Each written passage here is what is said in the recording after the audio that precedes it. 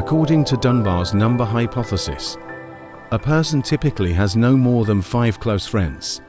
Robin Dunbar also points out that a person can maintain approximately 150 meaningful relationships.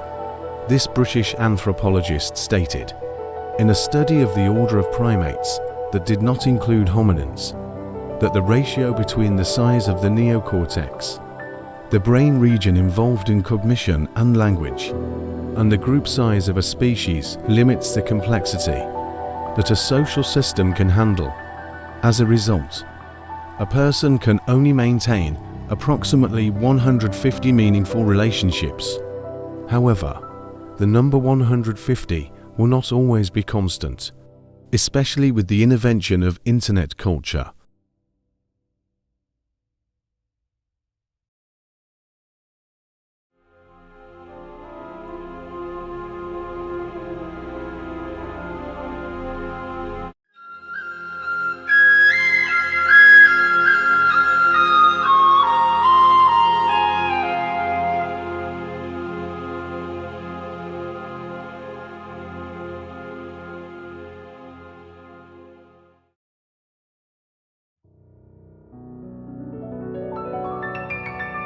Relationships are becoming more and more difficult as internet culture develops.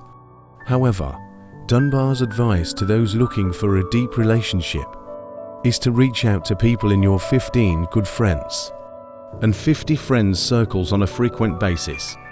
Regular communication is a simple technique to strengthen the bonds between people. Nonetheless, there is a group of people fighting for themselves someplace. They struggle against invisible walls, which imprison them by thin, transparent psychological barriers. But it's like placing yourself inside a dense cocoon, where they can only emit their own inner voice, and have difficulty receiving any sound from outside. Those invisible threads forever cling to them, holding on to the psychological trauma still stored by ancient memories. One of the greatest misfortunes in human life is not being able to find someone who can share and sympathize with you at any time about secret things or happy or sad emotions. That state of being alone and isolated is called loneliness. We all get lonely at times. In the busiest cities or on the quietest walking streets, we can be painfully aware shortcomings in his life. Loneliness is looking into a bottomless black hole.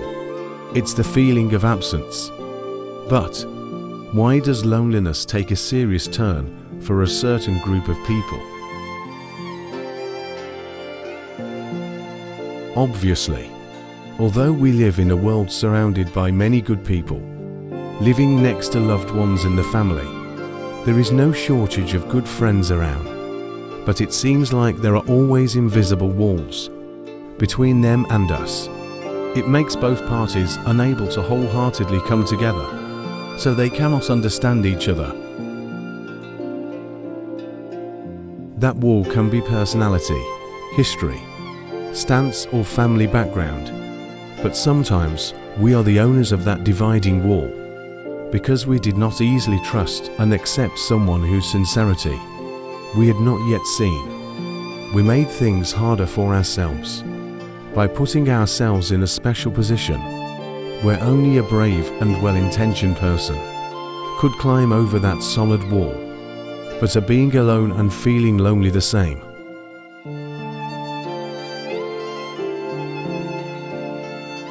People do not seem to be lonelier in societies labeled as individualistic. It is true that in this society, it is especially common for people to live alone. Just like in Denmark and Switzerland, it is very normal for people to live alone. But contrary to what many people believe, this does not lead to higher levels of loneliness than in other regions. Being alone and feeling lonely don't always go together. Many people feel lonely even when they are not physically isolated. And many people who are physically isolated do not feel lonely at all.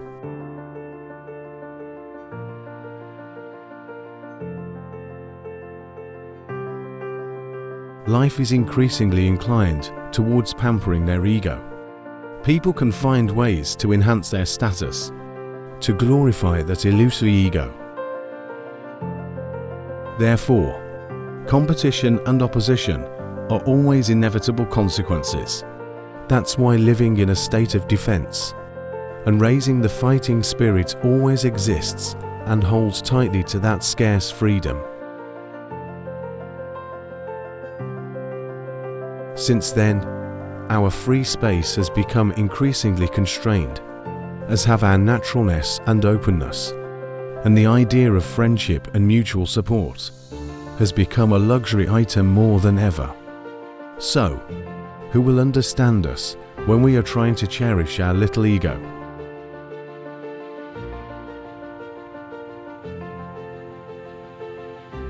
Especially when we are not willing to understand the person next to us. Even when we have a good brotherhood, everyone is devoted to each other, but as soon as we separate from each other, we immediately fall into empty, lost spaces. Such friendship is essentially just an exchange of emotions. Finding each other can only help alleviate loneliness. When we don't see each other's value, the more we are together, the more the void in our souls becomes bigger, and the more lonely we become. Therefore, being alone and feeling lonely do not necessarily go together. We cannot rely on that reason to blame the situation we are living in, or complain about our fate of having to suffer loneliness.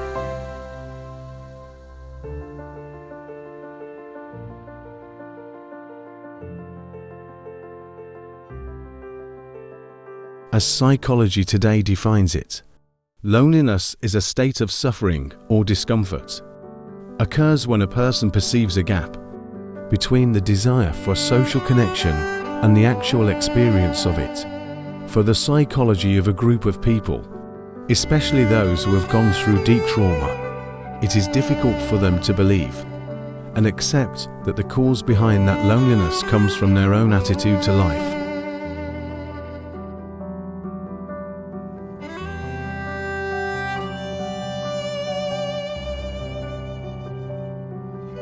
Researchers have speculated that, therefore, one possibility that lonely individuals do not find value in the same aspects of situations or scenes as their peers, perhaps because of differences in their preferences, expectations, and or memories that can in turn shape how they attend to and interpret stimuli.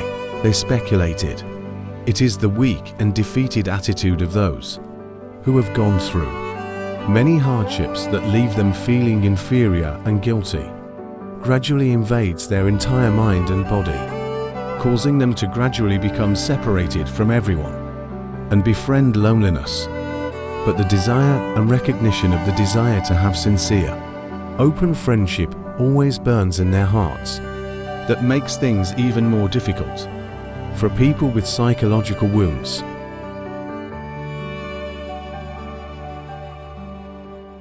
If an animal is injured, it must immediately retreat to its den to heal itself. Sometimes it has to stop hunting for a whole month to lie still and lick its wounds. If it cannot control its hunger, it will certainly be attacked by other animals, or the wound it carries will destroy it. Some people can do this through introspection, but others need help. A conversation with friends, family, or a therapist is essential. Running away from loneliness is also the attitude of refusing to treat your emotional wounds. Even though we don't have a big wound from failure, if we feel alone and lost, we can't stand, then it is also a psychological condition. It makes it impossible to live peacefully and deeply in the present. Therefore, if we want to become a strong person, we should learn to face our own loneliness. We need to understand what it is like and what we really want. Actually, loneliness is a valuable opportunity for us to find ourselves.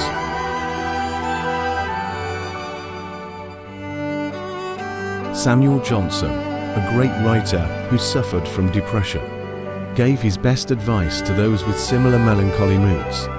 If you are idle, be not solitary. If you are solitary, be not idle. This quotation I first came across in the wonderful book, The Noonday Demon, An Atlas of Depression by Andrew Solomon.